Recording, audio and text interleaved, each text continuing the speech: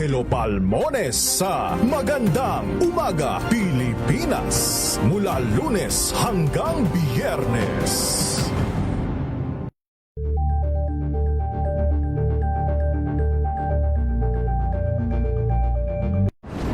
Kung good vibes ang hanap mo, dito ka na sa sigurado!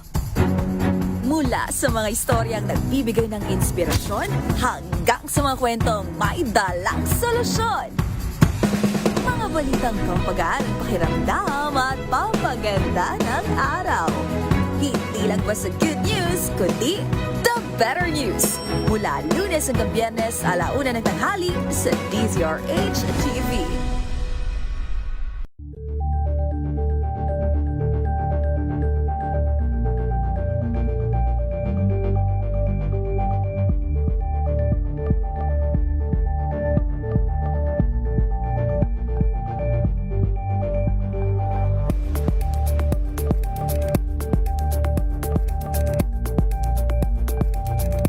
Ambalang Anthony Taberna at Jerry Baha ang gigising sa inyong umaga dahil lalatay ang humahagupit na diskusyon at komentaryo Lunes hanggang Biyernes sa 2x2.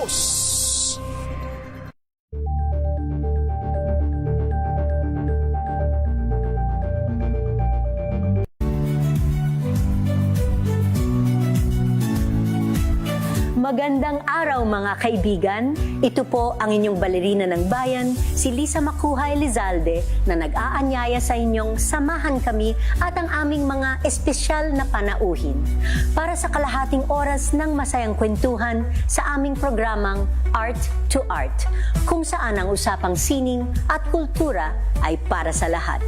Huwag kaliligtaan, tuwing linggo, 3:30 ng hapon, dito lamang sa DZRH Radio, DZRH TV, at via online streaming.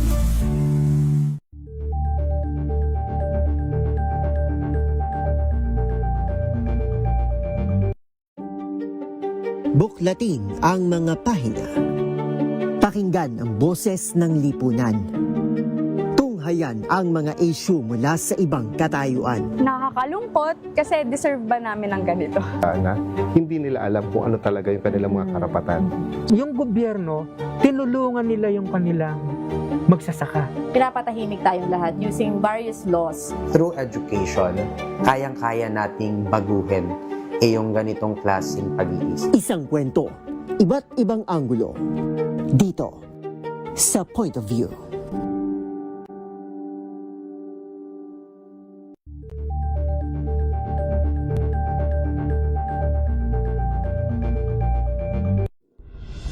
Tuloy-tuloy ang pagtulong, tuloy-tuloy ang pagseserbisyo at tuloy-tuloy ang balitaan kasama si May Binauhan sa Operation Tulong mula Lunes hanggang Biyernes.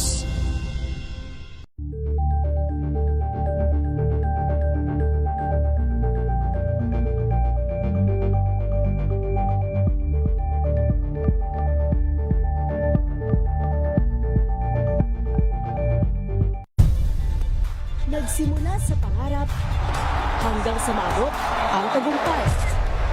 Iba't ibang kwento, iba't ibang mukha ng atletang Pilipino. Mas pinatindi, mas pinalakas, at mas pinaaksyon sa Match Point tuwing Sabado, 12:30 ng tanghali sa DZRH TV. Number 1 na naman ang inyong DZRH sa latest survey ng Kantar Media na inilabas nitong January 2026. Hindi lang sa Metro Manila, kundi pati rin sa Mega Manila. Patunay na DZRH lang ang inyong tunay at totoong pinagkakatiwalaan. Taos-puso po kaming nagpapasalamat sa inyong patuloy na pagtitiwala dahil ang DZRH, una sa Pilipinas, una sa Pilipino, saan ka man sa mundo, tayo Pilipino. Mga balitang gigising sa inyong umaga. Mga balitang kailangan mong malaman. Mapapakinggan sa ACS Balita sa 2x2. Kasama sina Anthony Taberna at Jerry Baha. Lunes hanggang Biyernes.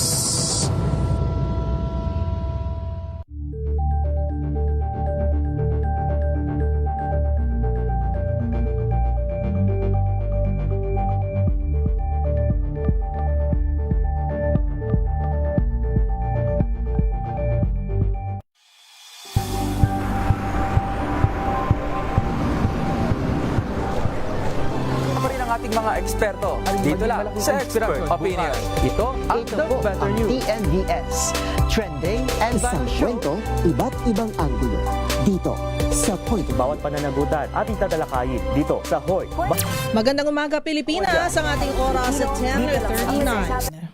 Tara na! Halika na! Sumali na sa usapang malapit sa sikmura. Pag-usapan natin ang ating masaganang agrikultura. Kasama si Karen Oyong at ang Department of Agriculture. Dahil sa bagong Pilipinas, masagana. Masaganang Pinas. Halika na, tayo na sa masaganang Pinas.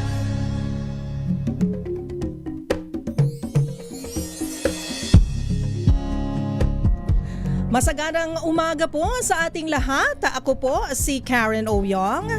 Masaganang umaga po sa ating lahat. Ako si Larry Lacson ng National Food Authority, ang katuwang ng Department of Agriculture.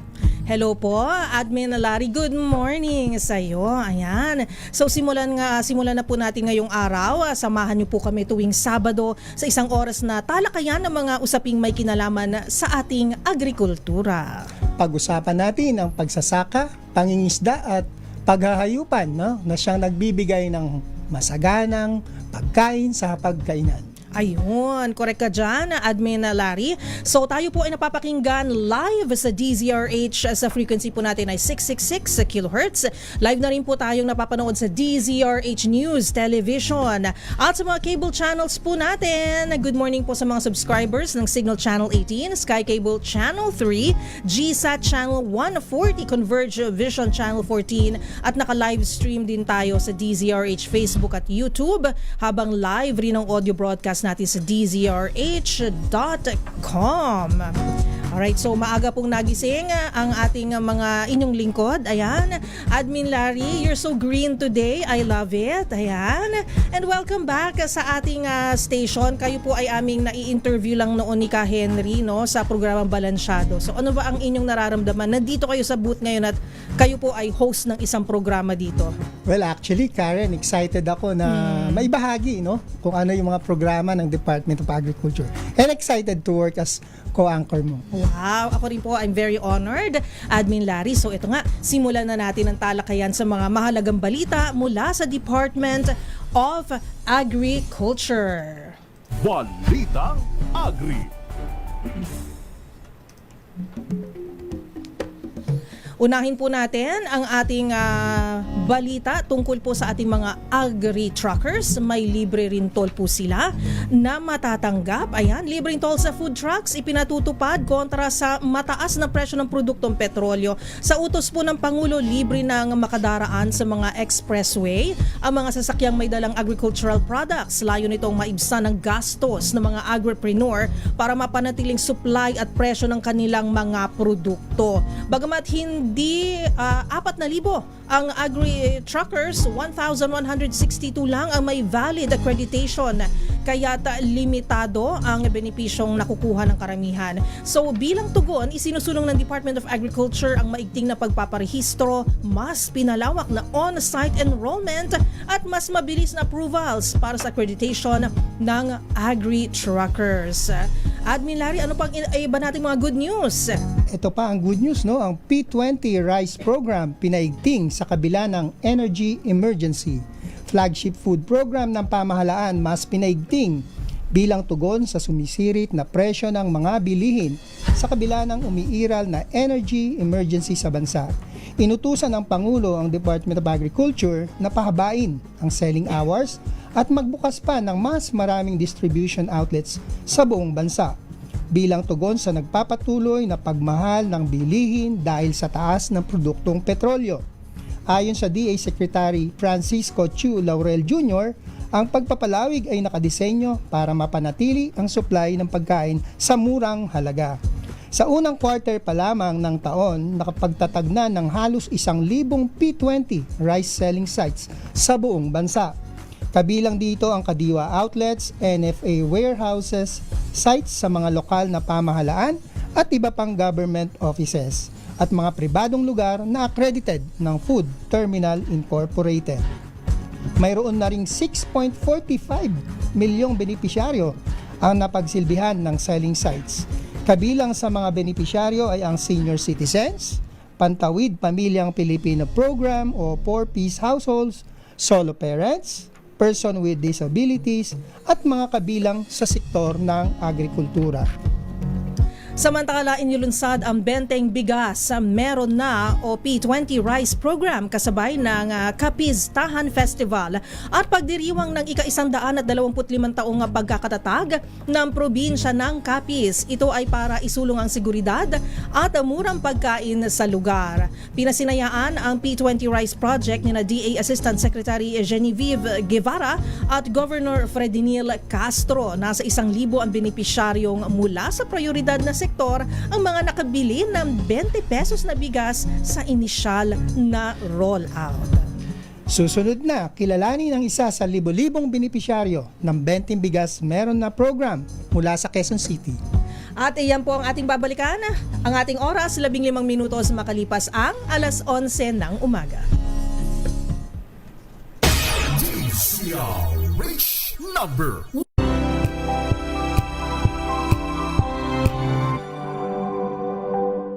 We've got you covered.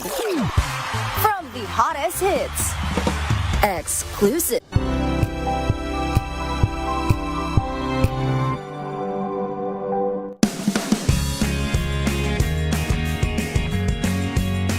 Unboxing MX3 tea. This is a unique combination of mangosteen and pandan. Each box has 20 tea bags that can be steeped to 1 glass or up to 1 liter of water. Enjoy it hot or cold. Shop at Lazada, Shopee, and in leading drugstores nationwide. Hello, Washi! Laundry day na naman! Yay! Anong meron? Mancha ng chocolate, putik, may libag pa! Kaya natin yan! With Pride Washing Machine Detergent, may triple stain away formula. Tanggal ang makapit, madikit, at madupit na dumit mancha. Kaya easy-easy ang labada. Mula noon hanggang ngayon! All you need is pride! All you need is pride! ACS. May nagbago. May arte. May budget. Akala nyo lang yon. So solid! White Rose Papaya, wow! White Rose! White Rose Papaya, wow! White Rose! White Rose Papaya! May glow up with White Rose Papaya! White Rose Papaya. May puti power times 2 kasi may papaya at niacinamide. May shea butter and tea tree oil pa. Kutis sulit ang glow up. Glow up with White Rose Papaya! White Rose Papaya. Kutis sulit ang glow up. ACS. Galalala Falcon! Galalala Falcon! Ang bango ng sampayan. Tara na magsayawan. Kalafabton. Amoy nakaka-joyful. Halina't gumising sa isang masaganang Pinas, kung saan may bayanihan, kasama ang mga nagtataguyod sa ating agrikultura. Kasama ka rin dito, ikaw mismo. Dahil sa masaganang Pinas, lahat tayo may benepisyo. Tuwing Sabado, 10:30 ng umaga. Samahan niyo kami at ang Department of Agriculture sa isang oras na talakayan ng higit na mahahalagang usaping pang-agrikultura. Masaganang Pinas sa DZRH sa April 25 na. Abangan! Halika na, tayo na sa masaganang Pinas. Galalala Falcon! Galalala Falcon! Ang bango ng sampayan. Tara na magsayawan. Lipton. Amoy nakaka-joyful.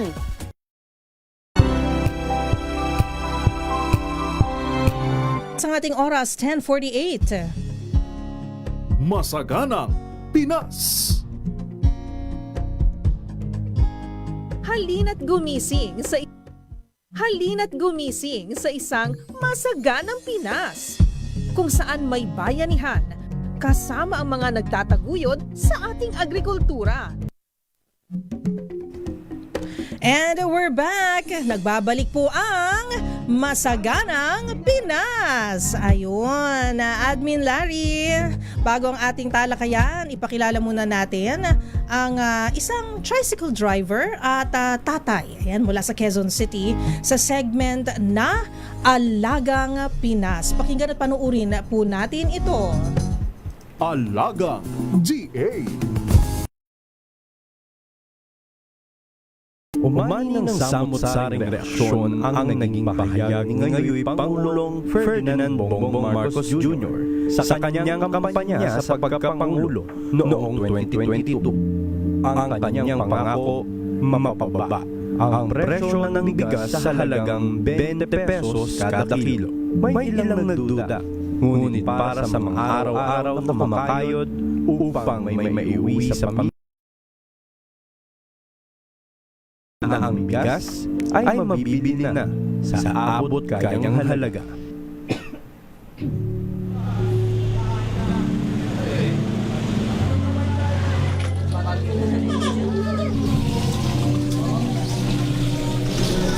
Ako si Lee Barrios, nakatira sa Quezon City. Isang tricycle rider. Dati ako sa Barangay Basra. Hindi doon ako natagalan ng trabaho. Kaya umalis ako ron dahil kulang na kulang yung sahod ko ron. Bali, 7,000 lang naman. Kaya pinili ko na lang na maging tricycle. May anak ko na 4. Yung dalawa may asawa na. Yung dalawa nandito pa sa buder ko. Kasi yung bunso ko nag-aaral, elementary pa lang.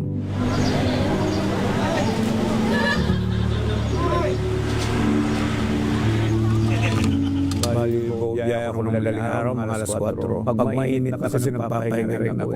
Tingil ako, papahinga hapon naman ako bumibiyaya ulit. Nang mga bandang alas 4 na ulit. Mga hanggang alas 7. Pinakamahirap ako pag-budget sa pagkain. Bili ng bigas, pagkain namin sa araw-araw. Yun ang number 1, saka yung kuryente tubig kasama na po yun. May pagkakataon na talaga kinakapos kami sa budget tungkol sa bigas. 60 ay isang araw yung sa bigas namin. Sa bigas lang yun, 60 araw-araw balik. Sa isang linggo, abot ang mga 300 plus. May pagkakataon talaga na kailangan na mag-trade o bawasan yung budget sa pagkain dahil sa taso ng bilik, sa taso ng bigas. Mabuti na lang mayroon tayo pinanapahala na bigas na mura sa mahal natin presidente. Ano sila ng 20 bigas, minabalitaan na lang na mayroon nga sa yung kaliwa. Mayroon nga marami namin. Pumunta ka gabi doon sa lugar na doon na ginanap yung murang bigas na daw. Doon nang simula na talagang nakakakuha na po kami ng murang bigas. Bali, 30 kilos po yung sa pinibigay po sa amin sa isang buwan. Malaking bagay po na halos triple hong nagbabawas po sa pambigas-bigas at pambigas na araw-araw. Medyo hindi na kami nahirapan doon sa mga ibang pangangailangan namin. Kaya yung ibang bayarin namin, hindi kami na masyadong nagigipit. Nakakabayad kami ng tamang araw sa kuryente tubig. Maraming salamat sa ating presidente sa pag-ano ng murang bigas.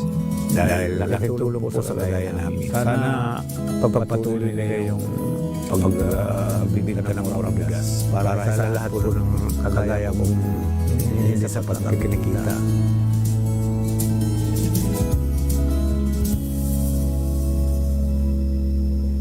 Alagang GA.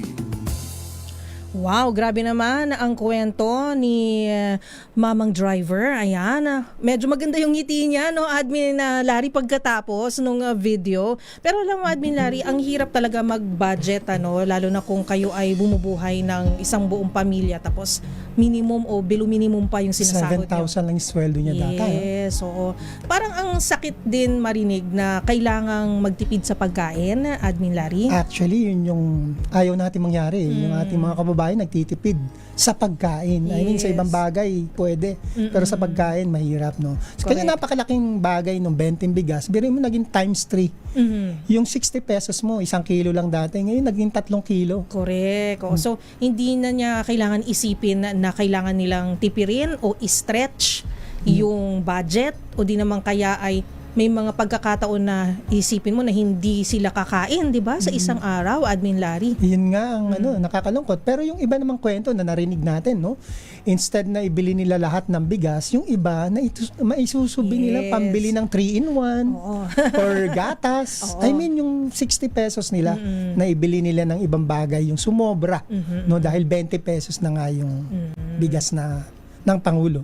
So, under this program, at talagang konsiderasyon ay itong mga pangunahing kumbaga hamon na kinakaharap ng ating mga kababayan, narinig ito ng ating pamahalaan at tinugunan. Ito yung unang konsiderasyon talaga at tinugunan naman.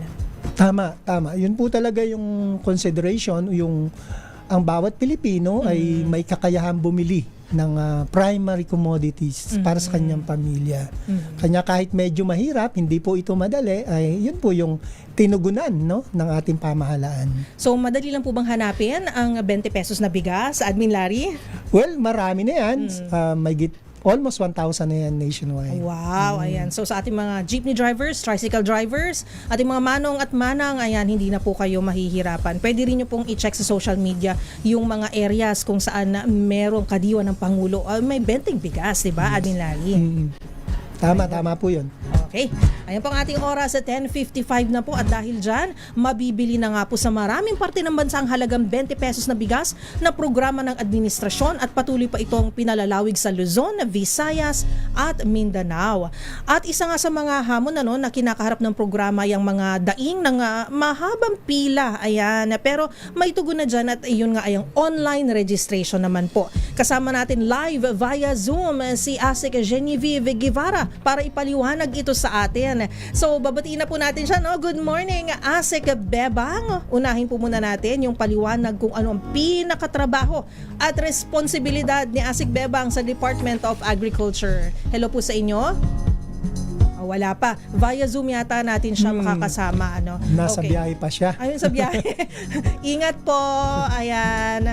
Alright, sige po. Mag-commercial po muna tayo at pagkatapos niyan ay sana makasama na po natin si Asik Bebang. Marami pa po tayong pagkikwentuhan pag siya po ay ating nakasama via Zoom, Admin Larry. Alright, so ang ating oras, 6 na minutos bago po mag-alas 11 ng umaga. Masagana Pinas.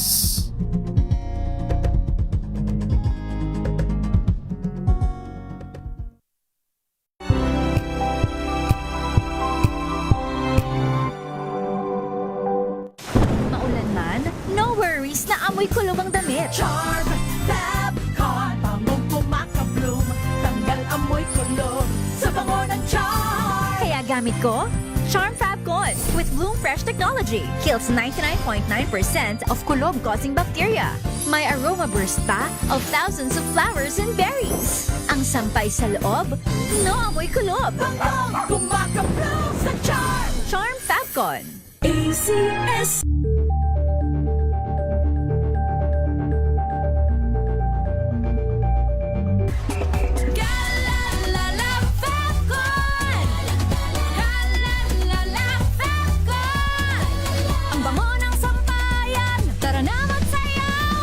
Fabcon, amoy nakaka-joyful!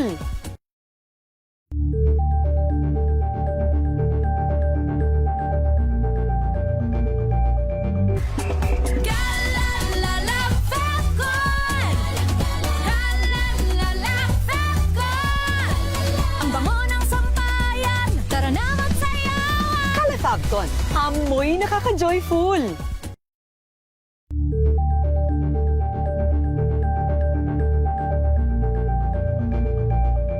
Wow, ang saya. Isang barangay na labada, puro mancha pa. Goodbye, pahinga. Mommy, isang laba lang yan sa Pride Bar Blue. May powerful stain-away enzymes na malupit sa dumit mancha. At di masakit sa kamay. Isang laba lang yan. Hello, pahinga. Hello, Pride Bar Blue. ACS.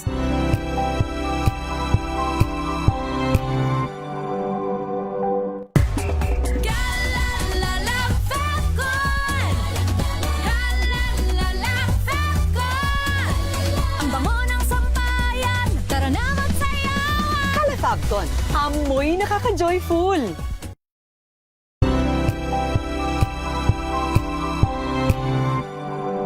Pinas, kung saan may bayanihan, kasama ang mga nagtataguyod sa ating agrikultura. Kasama ka rin dito, ikaw mismo. Dahil sa masaganang Pinas, lahat tayo may benepisyo. Tuwing Sabado, alas 10:30 ng umaga. Samahan niyo kami at ang Department of Agriculture sa isang oras na talakayan ng higit na mahahalagang usaping pang-agrikultura. Masaganang Pinas sa DZRH. Tara na, halika na, tayo na sa masaganang Pinas.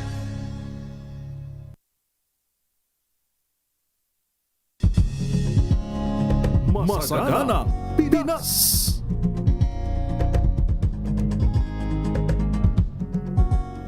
At ang ating oras, 1 minuto bago po mag-alas 11 ng umaga, nagbabalik ang Masaganang Pinas. Yan, Admin Larry, pakilala nga natin yung isa rin nating kasama. Equally handsome, hunk na hunk, ayan, at green na green din ngayong umaga. Pakilala na po natin siya, Admin Larry. Oh yeah, siya si President Joseph Lo ng Food Terminal Incorporated. Ayun. So, welcome po sa ating programa, President Joseph Lo, or ang tawag sa kanya ay Sir J-Lo. Umaga ho sa inyo ho. Magandang umaga po, sir. Sir, can you tell us po muna, sir, yung Food Terminal Incorporated, ano? Can you tell us a little background about this para mas makilala kayo ng ating mga listeners and televiewers? Yung Food Terminal Inc. ho ay mas nakikilalang FTI. So ito ho ay nakikilalang jeepney stop or bus stop sa Taguig. So maraming nakakaalala sa kanya. Nagsimula ho ito nung panahon pa ng tatay ho ng ating mahal na presidente, si President Ferdinand Marcos Sr. At ito yung naging isa sa pinakamalaki sa buong Asia ho na food terminal na may cold storage, may slaughterhouse, may mga kumpanyang nagmamanufacture mga pagkain para mapamura, nagiging bagsakan, para makatulong sa pagbaba ng presyo ng pagkain at maging available po sa lugar. Ayun. So ang laki pala ng role ng FTI o ito po yung Food Terminal Incorporated. Thank you po, Sir J-Lo, At Admin Larry, balikan po natin muna kasi mukhang wala pa po sa Zoom si Asik Bebang. Pero can you tell us ano po ba yung kanyang role po, yung trabaho sa Department of Agriculture ni Asik Bebang? Well, si Asik Bebang ang Assistant Secretary nung sa department na siyang namamahala doon sa agribusiness marketing and consumer affairs, Eto, katuwang siya nila FTI, yung kanyang opisina dito sa pagpapalawig, pagpapaandar nitong benteng bigas meron na, at saka ng kadiwa in general. Yun ang pinakatrabaho ni Asik Bebang sa Department of Agriculture. Okay. So meron tayong nabanggit kanina na may kailangan mag-register para dito. Pero siguro balikan ko lang si Sir J-Lo, working with Asik Bebang, and sabihin na natin yung marketing para po dito. Ano po ba yung inyong mga inyong pinagtatrabahuan ngayon, yung mga kailangan yung paghandaan para dito sa project na to, itong 20 pesos na bigas? Itong proyekto na ito ay galing sa ating mahal na Pangulo ho, Yung araw-araw, gabi-gabi, wala na kaming ibang iniisip kung paano ho natin maidala sa buong bansa.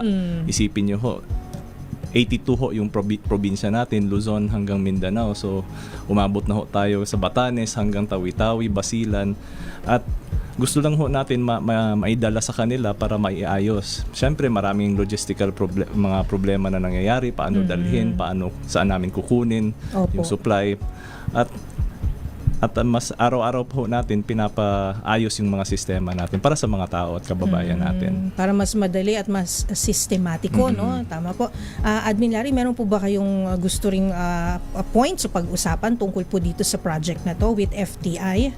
Tama, no? Yung sinabi ni President J.Lo, yun yung malaking programa ng ating pamahalaan. Ito pang ng Benteng Bigas, meron na programa. Ang tawag namin dito minsan P20 lang, no? P20. Isa-isahin natin siguro, no? While waiting for ASEC Bebang, no? Ay, pero mukhang nandito na siya, Seko. Mukhang na-save ka. Na-save. Sige. Pero willing na si Admin Larry, Ayan. Pero eto, i-introduce po muna natin siya. Ayan. At marami tayong gustong itanong kaya ASEC Genevieve Guevara, ayan, o ASEC Bebang. Good morning po, ASEC Bebang, and welcome po sa Masaganang Pinas sa DZRH. Magandang umaga po, Ma'am Karen, Admin Larry, President J.Lo, at sa inyong pong mga tagapakinig at mga tagapanood po. Magandang umaga. Ayan po, una ko pong tanong, napakahirap. Bakit po ASEC Bebang ang nickname nyo po? Parang ang layo sa Genevieve.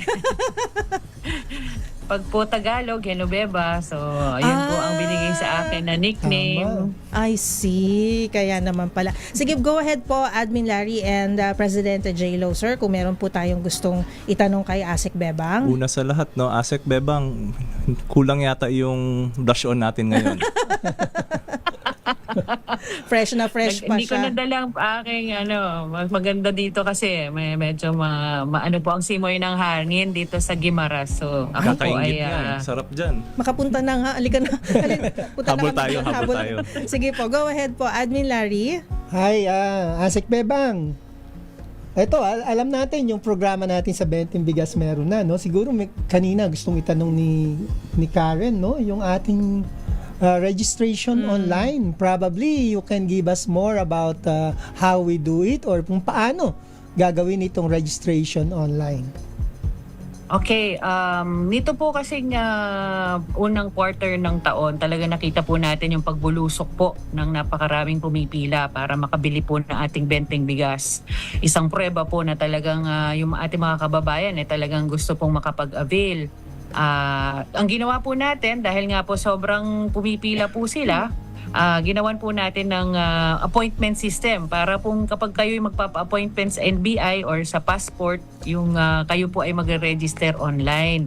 Yun po yung ginagawa natin, lalo-lalo na po dun sa mga lugar, lalo na po dito sa Quezon City at dito po sa BPI sa Manila, dahil po talagang madaling araw pa lang, gabi pa lang, pumipila na po yung mga tao, tayo naman po, ayaw po naman natin na mapahamak yung ating mga kababayan, of course, na nakapila doon, naka-expose sa elements, at syempre, hindi naman, kumbaga, kung may mangyari po sa kanila, talagang mararamdaman natin, nakargo natin sila. So, ito pong registration, appointment system ay paraan po natin para po, pupunta lang po sila kung saan po nilang piniling oras. So, pwede pong AM, umaga o sa hapon, at mayroon pong limit po yan. Pero nag-accept pa rin naman po tayo ng mga walk-ins. So kahit po hindi pa po sila nakaregister, kasi alam naman po natin, hindi man po lahat ng mga kababayan natin ay techie o may mga access sa ganitong klaseng technology. So inaalaw pa rin po natin yung ating mga walk-ins at ini-entertain pa rin po natin. So mahigit 1,000 po, kasi 1,000 po ang limit natin kada araw. Mahigit po 1,000 yung nasaservisyohan po natin dahil po dito sa appointment system. So nabawasan na rin po yung pagpila nila ng madaling araw, no? So kami naman po ay natutuwa at sumusunod din naman po sila sa mga programa para rin naman po sa kanilang kapakanan po ito. Good news yan, ano? Good news. Correct. Actually, Karen, napansin ko talaga yung ginawa nila ASEC Bebang. Kasi araw-araw pag pumapasok ako, no, ang haba ng pila dito sa Maybai, no? Congratulations, ASEC Bebang. Ngayon, parang pag pumapasok ako, parang 5 na lang yung nasa labas na nakikita ko, no? Ang galing. So, it means umandar, no? Pero, Alam mo Karen, gusto kong balikan sa kay Asik Bebang yung sinabi niya na pwede pa rin pala na mag-walk-in. Oo, Yun pwede kasi pa. yung hinaing ng iba nating mga kasama na hindi nga masyadong techy. So, Oo. wag po kayong malumbay mga kababayan, at sabi nga po ni Asik Bebang, pwede pa rin ang walk-in. Yes, oo. Pero syempre, mapaprioritize yung mga nag-online registration na nasa master list, pero hindi naman po kayo paalisin doon. Yes. No? Meron pa rin naman po kayong, kumbaga, mapapala pag kayo ay magpunta doon at nag-walk-in. Kasi tama ka nga, admin, Nari, hindi lahat techie, hindi lahat marunong gumamit online. So, may flexibility, kumbaga, Tama. ayan, ang pag-register. Pero tanong din natin si Asik Bebang, kung ano ba yung maaasahan natin pag bibili tayo sa Kadiwa Caravan. Meron ba, Asik Bebang, na pila doon? Kunyari, nagparehistro na kami. So, kailangan ba pipila kami? Meron ba kamang kailangan dalhin? May limit po ba ang mga produkto na pwede naming i-purchase? Ayun po, pagka nagpunta po sa Kadiwa Caravan. Go ahead po, Asik Bebang. Okay, part po ng, lalo na ngayon, ito pong nandito sa Quezon City, dito sa BAI, yung Bureau of Animal Industry, dito sa Visayas Avenue. Pag pupunta po sila doon at sila po ay nakarehistro dito sa ating online appointment nga po, meron pong separate na pila yon. Dadalhin lang po nila yung kanilang appointment, yung meron pong isi-screenshot doon, nila po doon, at sila ay papatuloyin na. Yung iba naman pong walk-in, ang dadalhin lang po nila, usually po meron na po kasi kaming binibigay na QR code kung sila po ay rehistrado na, no? Dahil nga po gusto natin na ma-monitor ng mabuti itong programa. So nire-register na lang po namin sila para po pag susunod po nilang pagbili, yung QR code na lang po na yun ang kanilang dadalhin. Kung hindi pa naman po sila rehistrado, nire-require po namin sila magdala po ng kanilang ID, pagkakakilanlan, kung sila po ay PWD, senior citizen, yun po yung mga solo parent at mga 4-piece, may mga IDs po yan. Yun lang naman po yung aming hinihingi sa kanila para po sila ay ma-register. Yun lang po ang kanilang kailangan dalhin.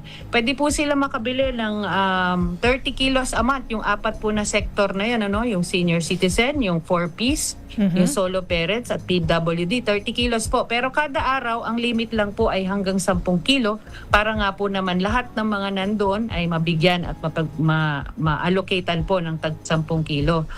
Para po sa iba pa nating mga kababayan na nasa expanded po, kasi ngayon yung mga minimum wage earners, yung mga TODA, yung ating mga farmers, fisher folk at yung ating mga teachers, hanggang 10 kilo lang po ang pwede po nilang mabili kada buwan. So yun po yung pwede nating maibigay sa kanila. At the same time po, dahil nga mga Kadiwa centers din naman po yung pwedeng pagbigilhan nitong P20, pwede rin po silang bumili ng mga produce na ating mga magsasaka, mga cooperative ba po ng mga farmers and fisher folk na mas mura po kaysa sa mabibili po nila sa palengke. So yun po yung pwede nilang ma-expect sa pagbibili po sila sa ating mga Kadiwa. Thank you, Asik Bebang. Admin Larry, ang napansin ko dito, ang isa rin sa purpose kung ba't kailangan may master list registered, online registration para sa kaayusan. Tama po ba? Tama po. At lahat mapagbibigyan ng pagkakataon na makabili? Yes. At saka isang importante dito sa registration system is maiwasan yung magka-doble-doble. Ayun. Opo, kasi mahirap magka-doble-doble. Isang tao,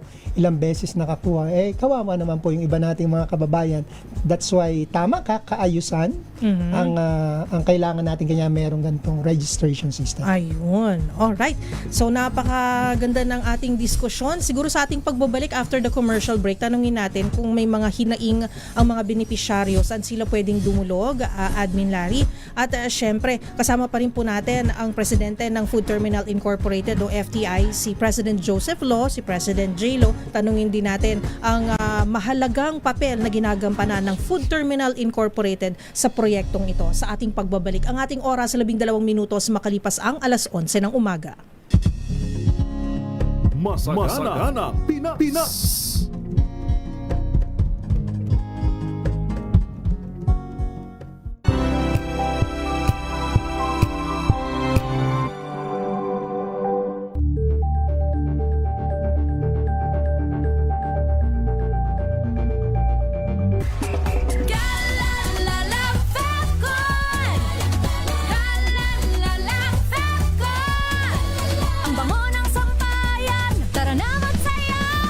Fabcon, amoy nakaka-joyful!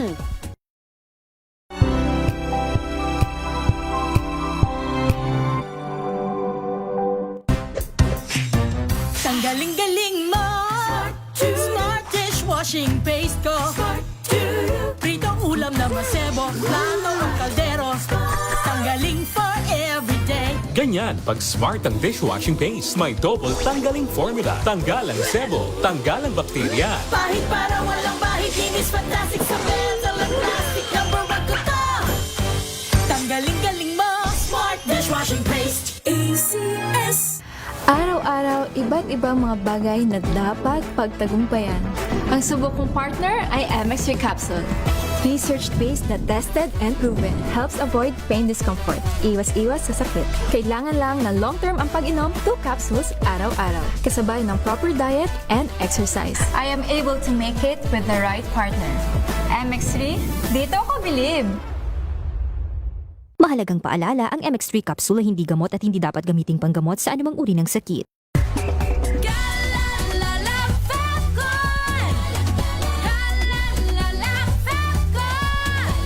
Ang bango ng sampayan. Tara na magsayawan. Calefabcon, amoy nakaka-joyful. Sa lahat ng bagay, simula pa lang, siguraduhing max protection na. Kasi pag kulang ang proteksyon, baka madaling masira. Sa ngipin, dapat may max protection din. Max Alaga ng unique toothpaste. With Max Protect formula, help stop cavities before they start, while keeping breath fresh. Try unique maximum fluoride protection. Para Max Alaga, max protektado. ACS.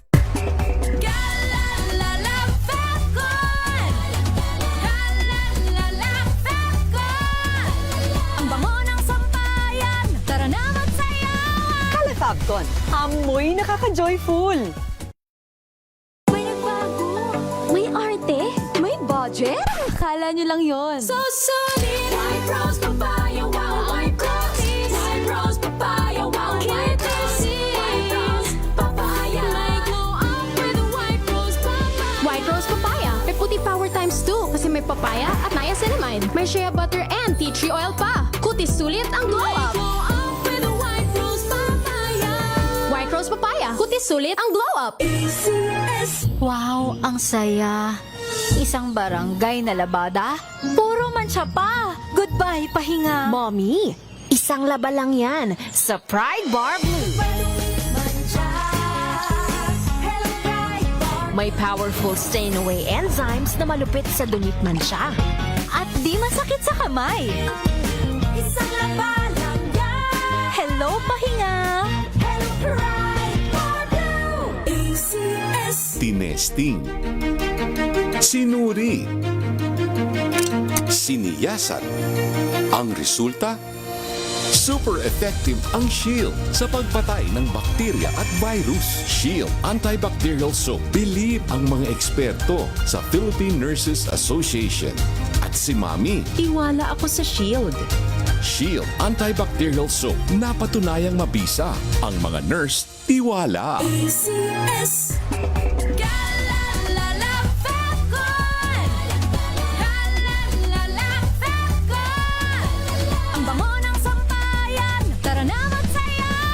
Calefabcon, amoy nakaka-joyful.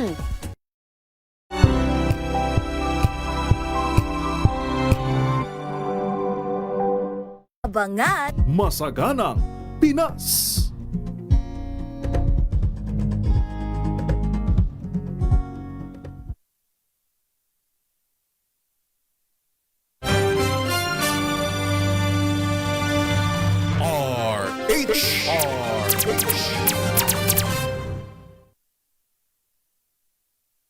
Pilipinas, ang ating oras, 17 minutes makalipas po ang alas 11 ng umaga.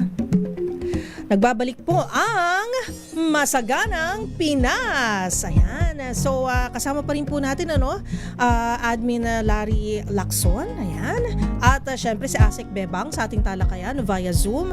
And of course, kasama pa rin po natin live naman dito sa studio ang presidente ng Food Terminal Incorporated or FTI, si Sir Joseph Looy. Sir J. Lo. Ayan. So, babalikan ko lang po, gentlemen, ang tanong ko siguro kay Asek Bebang na nasa Guimaras ngayon. Asek, baka naman ang mangoes, don't forget. Ay, napakasarap ngayon in season. Asek Bebang, siguro yung nabitin ko lang na tanong, ano po ba yung pwedeng gawin naman ng mga kababayan natin kung sakaling meron silang mga katanungan, may naging problema o mga hamon o di naman kaya ay meron silang mga gustong itanong po tungkol sa proyekto pong ito, lalong-lalo na po sa mga gusto pong bumili sa mga Kadiwa sites po natin. Okay, meron po tayong Kadiwa Facebook page at pwede po silang mag-message doon. Katunayan po, marami po kaming sinasagot kada araw yung mga reklamo, yung pong mga katanungan. Lagi pong meron tayo nakabantay doon at meron pong sasagot sa kanilang mga katanungan doon. Ngayon po, pinagpaplanuhan po nga namin yung parang one number na lang na pwedeng i-dial para nga po pag kami mga concerns sila, not only for Kadiwa concerns or P20 concerns, but kumbaga yung buong pag ano po natin kasi nagmo-monitor din po kasi kami ng presyo no sa ating mga pamilihan. Nationwide po 'yun. So yun po yung ginagawa po namin ngayon. Babalik po namin yung dati kasi parang dati may one number ka lang na pwedeng i-dial or pwedeng padalhan para yun po yung magiging tampulan natin o pwedeng sumbungan po natin. Pero ngayon po, ang Kadiwa page po natin, ang Facebook page po natin ay very much active. At kung meron po sila mga katanungan at o mga kahit ano po na gusto pa nilang idulog, yun po ay bukas at meron pong sumasagot po doon. Active po yan. Thank you, Asek Bebang, for that information. At syempre, siguro para sa kaalaman po ng lahat sa mga kakatune in lamang po sa Masaganang Pinas, ito pong sina Sir J-Lo, si Admin Larry at si Asek Bebang po ang mga nasa likod ng Mabusisi. Ayan. Sabi nga po ni Sir J-Lo kanina, araw, gabi. Yun daw yung inisip nila. Kung paano nila mayahatid sa atin lahat ang 20 pesos na bigas. Sa mga kababayan po natin, alamin pa po natin ilang mga importanteng mga impormasyon tungkol dyan. So, Admin Larry, para sa kaalaman ng lahat, ano po ba ang mandato naman po ng NFA o National Food Authority? Yes, Karen, no? Magandang sabihin natin ito sa ating mga kababayan kasi laging ang nasa isip nila, National Food Authority, parang lahat ng pagkain, no? Food. Food, no? Sakop natin. Hindi po ganon. Ang National Food Authority po ay naatasan, no? Sa batas na mag-buffer stock, meaning mag-imbak, no? Ng bigas na pwede nating hugutin sa panahon ng kalamidad or emergencies. At ito nga sa mga special na programa ng pamahalaan like katulad nitong 20 bigas, no. Basically, bumibili po kami lang ng lokal na palay sa ating mga magsasaka diretso sa kanila at ito ay aming iniimbak. At sa gayon ay pag tamang panahon, gigilingin po natin yan, imimil natin yan, i-stock natin. Pag may calamities, yun yung nilalabas, nire-request ng LGU, DSWD. At dito naman po sa 20 bigas, yun po ang sinusupply natin sa programang ito. Tayo po ang source ng 20 bigas. Meron na. Ayun, 'di ba? Grabe, 'yun ang role ng NFA. So nagtutulungan po ang NFA at syempre ang yun yung opisina nga po ni Asek Bebang. Pero ang role naman, pupunta tayo sa role naman ni Admin Larry, ni Sir J-Lo, tama po ba? Tama. Paano po ba ito? Go ahead, Admin Larry. Oo, pagkatapos kasi ng NFA, no, nandiyan na ang stock sa amin, doon papasok si FTI, sila J-Lo, no? Kasi hindi kami po pwedeng dumiretso sa mga consumer natin. Doon papasok si J-Lo. Siguro na-introduce naman natin na si J-Lo. J-Lo, paano ba itong proseso after ng NFA? Paano na ang ginagawa ni FTI? Nung simula, kinakausap po natin yung mga LGUs, yung mga provinces and yung mga municipalities and cities, and then nagpipirmahan ho kami ng MOA na sila ho ay bibili para i-distribute ho nila at ikalat sa kanilang mga constituents ho. Tapos tayo rin, on the other hand, hindi naman tayo nakahintay lang doon. Gumagawa rin kami, since nagtutulungan lang kami, isang pamilya kami sa DA, nagtutulungan lang ho kami na magbukas ng site. So kung makikita nyo, sa buong bansa, yung mga NFA sites ho ni Admin Larry ay ginagamit ho natin para bentahan rin. So sinusubukan ho nating lumapit sa bawat mamamayan. Okay. Pag sinabi kasing terminal, ang laki. Parang yun yung una kong naisip, napakalawak, napakalaki. So, gaano po kadami yung kaya po na capacity na kaya nyo pong ilagay na bigas sa sa mga terminal po? So nalulungkot lang kami nung dati na ito talaga yung pinakamalaki sa Asia. Ito yung naging model ng mga ibang bansa. Tapos dahan-dahan siyang napabayaan na. Tapos naibenta na ho kung nakikita nyo yung Ayala, yung Arca South, yun ho yung Food Terminal Inc. dati. So ngayon binabalik ho ang mandato sa FTI. So leasing lang ho kami in the past years, pero ngayon binuhay talaga ng ating mahal na presidente, ang ating mahal na secretary na si Secretary Francisco Tiu Laurel Jr. So hindi lang kami nasa Taguig lang ngayon, pero magbubukas ho tayo ng iilang mega food hubs ho. Magsisimula ho tayo sa Clark International Airport Corporation. Maglalagay rin ho tayo sa Southern Luzon, sa Tiaong, Quezon, sa Pili, Kamsur, sa Cebu, para sa Visayas. Tapos maglalagay rin ho tayo sa Manolo Fortich, Bukidnon. So ito ho ay magtutulungan at magsaserve as mga bagsakan ho. So yung mga ating mga magsasaka na hirap maibenta yung mga ani nila, dadalhin na ho sa ating mga malalaking lugar, at meron ho tayong mga maliliit na regional food terminals na magsusuporta para ito ay mailapit kung saan man yung mga magsasaka at sa mga mamamayan na makakabili, mga customers. Ang balita ko, Karen, yung sa Clark, yun ang unang-una, no? Opo. Nakipagpirmahan na yata kayo, no? Ng MOA.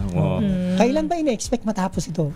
Yung budget ho ay naibigay ng ating Kongreso at ng Senado at ng Presidente, at magsisimula ho tayo sa 2 bilyong piso ho ngayong taon na to para maigawa to sa 40 hectares na lupa.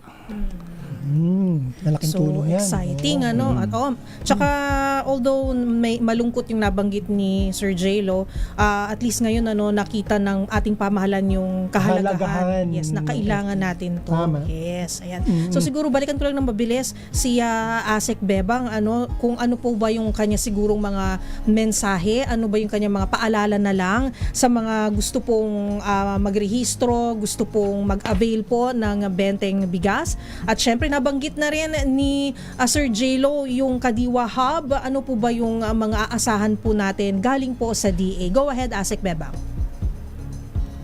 Kami po sa Department of Agriculture, nakita nyo naman po, talagang nagtutulungan po kami, whole of government po. Hindi lang po ito DA, actually kasama sina NFA at FTI, of course.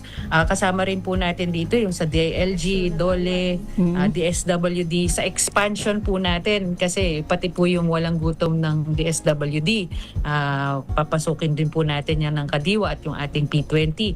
Si DOLE naman po, yung kanyang tupad at yung pagbibigay po ng assistance sa ating mga farmers, at yung of course pagdetermine po ng ating mga minimum wage earners. Yan po yung mga partnership natin. Ang dami po naming ginagawa ngayon talaga, yung para sa yung programa po natin ay talagang ma-expand at mailapit po natin sa ating mga kababayan. Yung Kadiwa ng Pangulo po ay isa lamang pong kumbaga marketplace o isang area lang po na pwede natin mabili yung ating P20.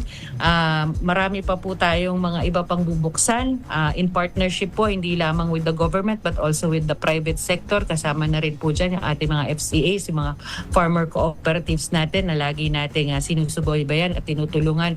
Hopefully po by 2028, ang target nga po namin, dapat meron kaming 1,500 na sites ng aming Kadiwa, at ito pong P20 ay malagay na po natin lahat sa mga, although lahat ngayon, lahat naman po ng provinces ngayon nandun na po yung P20, pero gusto po sana namin up to the last municipality, yung lalo na po yung mga lalayo, yung mga barangay na hindi po maabot, ay matulungan natin na mapaabot po itong programa. So maigting po ang ating ginagawang mga activities ngayon para po talagang malagyan po natin nitong programa na nakikita naman po natin na talaga pong nakakatulong lalo na po dun sa mga lubos na nangangailangan.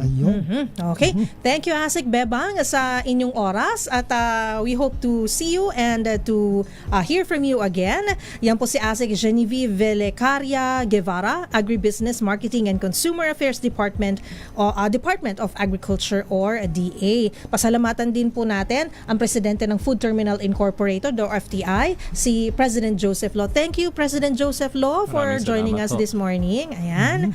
At syempre, bago tayo magtapos, Admin Larry, ay eto muna po, may mga ilan tayong mga mahahalagang anunsyo. Presyo, the best.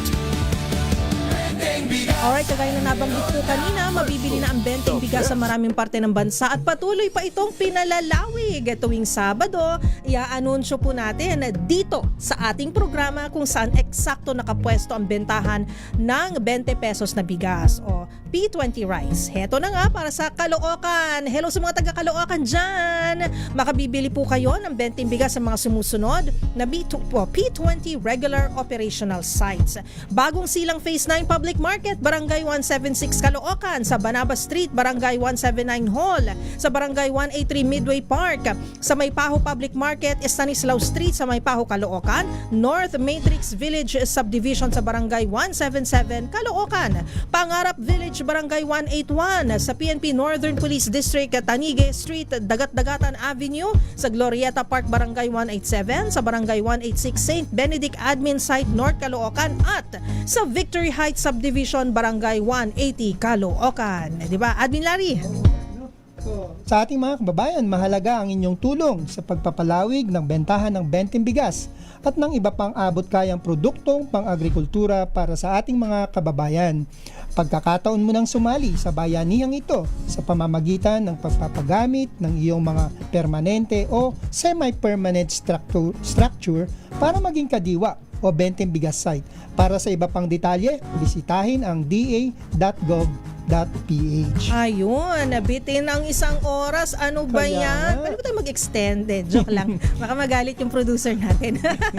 Pero next week po, huwag kayong mag-alala. At magbabalik po tayo. At syempre, para naman po sa lahat ng mga nanonood at nakikinig, samahan nyo kami muli sa mga susunod pang Sabado, alas 10:30 hanggang alas 11:30 ng umaga. Dito lang po sa DZRH. Dahil sa bagong Pilipinas, masagana. Masaganang Pinas!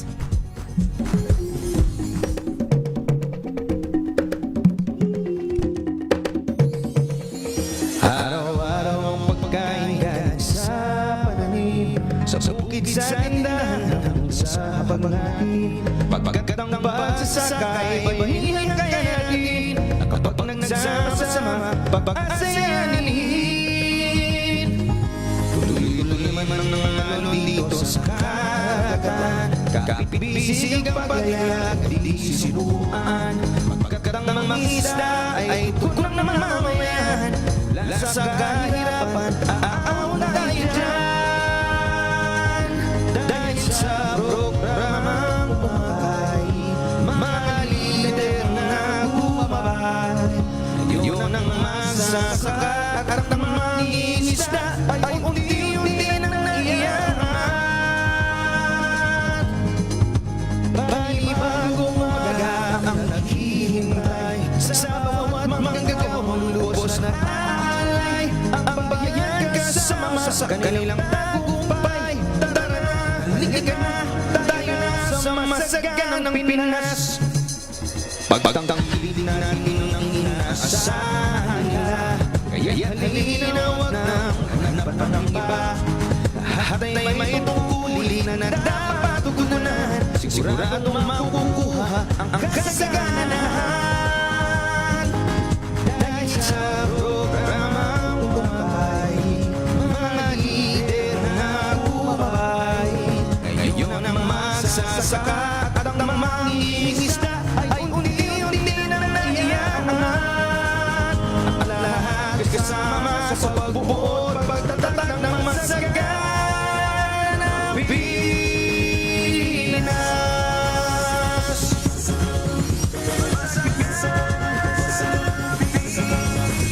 Panibagong umaga ang naghihintay sa bawat manggagawang lubos na alay.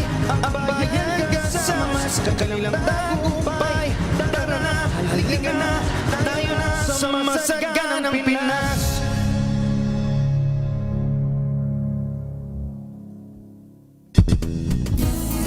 Masagana Pinas. Cleaning cleaning tips gamit ang toothpaste. Alamin. This portion is brought to you by ACS Manufacturing Corporation, ISO